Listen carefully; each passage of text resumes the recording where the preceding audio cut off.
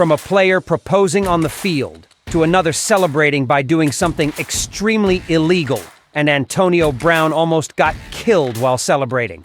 These are the most forbidden celebrations in the entire NFL. Starting off with the legend Antonio Brown. He did something that the NFL did not accept. After his legendary touchdown, he did this. Antonio Brown? Yeah, you saw that. Antonio Brown really wanted to show off his skills. Damn, weird flex, but okay. That kind of move really came with a cost. That dance in the end zone cost him $15,000 just for a celebration. That was not the only thing that Antonio Brown did to celebrate his touchdowns. He jumped straight into the goalpost, and that was a whopping $24,000 for a celebration. Next up, this player did banned celebrations so many times it costed him over $23,000. It even became his signature on the field when he ran away from the opponents.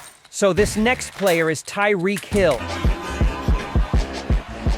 Sometimes you might think that he forgets which sport he really plays when he, during celebrations, joins the cheerleading team. But the NFL didn't care if he quit his job or not. They still fined him over $12,000. What? That is when Tyreek really got angry. He ensured it was only the beginning of his banned and forbidden celebrations. In the next games he played, he started making the famous peace out sign just to show how fast he was. How much did that cost, you might wonder? Over $10,000. Adding those up, it was over $20,000 in just celebration fines. But at least he didn't steal a celebration like Michael Thomas. Michael took a phone call as a celebration. Can you even do that? When Michael took his phone call, he knew it was going to cost him. The fine of $30,000 wasn't even the craziest part. The celebration was done at the same stadium 15 years earlier by Joe Horn. Next up, NFL players started a dunk challenge, a competition between the NFL and the NBA. Some NFL players even did it better than the NBA. Did you see the last dunk contest? Things were getting so bad, players started to break the field goal post, so the celebration was banned. The fine for every player that did it was fined a whopping $10,000 only for one dunk. But that is nothing compared to the next one. This player did something extremely illegal.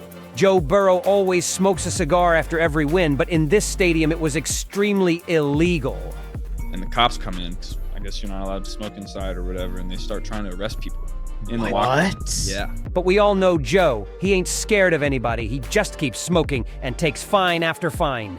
That is what I call a bold move. Next up is the legend Randy Moss with his Wild Moon story. Picture this. It's a game between the Minnesota Vikings and the Green Bay Packers.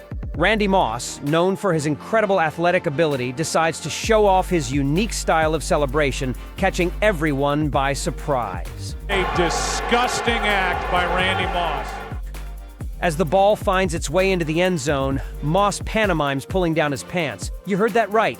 Believe it or not, there's a backstory behind this audacious celebration. It turns out Green Bay fans used to moon the visiting team's bus in the parking lot. Moss is known for his creative celebrations, and this was his response to their tradition. But wait, there's more? Moss doesn't stop at just pantomiming. He goes in for a bump against the goalpost. Talk about bold moves. Unsurprisingly, the NFL wasn't too fond of Moss's celebration. He was hit with a hefty fine of $10,000 for unsportsmanlike conduct. But for Moss, that's chump change. When reporters asked Moss about the fine, he didn't seem too bothered. In fact, he joked about potentially doing something even more vulgar next time. Next up is Chad Johnson. He has done so many great celebrations over the years. One of Chad's most iconic celebrations was the River Dance. After scoring a touchdown in a game against the Baltimore Ravens, Chad ran to the sideline, grabbed a jacket, and proceeded to perform an Irish jig that left everyone in awe. In a game against the San Diego Chargers, Chad pretended to propose to a cheerleader after scoring a touchdown. He even pulled out a ring from his sock and got down on one knee, much to the delight of the crowd. In a game against the Kansas City Chiefs, Chad used the field goal post as a putting green after scoring a touchdown. He even had a golf ball and putter ready, showcasing his love for the sport. What did all this cost? In total, it all costed Chad $100,000. What a Chad. Did you know that making a snow angel on the football field was banned in the NFL? Yes, you heard that right, but why? Former Patriots tight end Wes Welker was fined $10,000 back in 2008 after he decided to make snow angels after catching a touchdown pass. This incident sparked a controversial debate within the NFL about excessive celebration and maintaining professionalism on the field. The league took a strict stance on such celebrations, deeming them unsportsmanlike and disruptive to the game. However, as the years went by, the NFL began to reconsider its position. Recognizing the appeal and fan enthusiasm these celebrations brought to the game, the league decided to revise its rules. As a result, from now on, players will be permitted to bring back the ground celebrations, including snow angels. Thank you for watching. Coming up are the mansions of NFL players. Watch it here, you won't regret it. Have you ever wanted to see what a $20 million mansion looks like, or even a $40 million mansion looks like?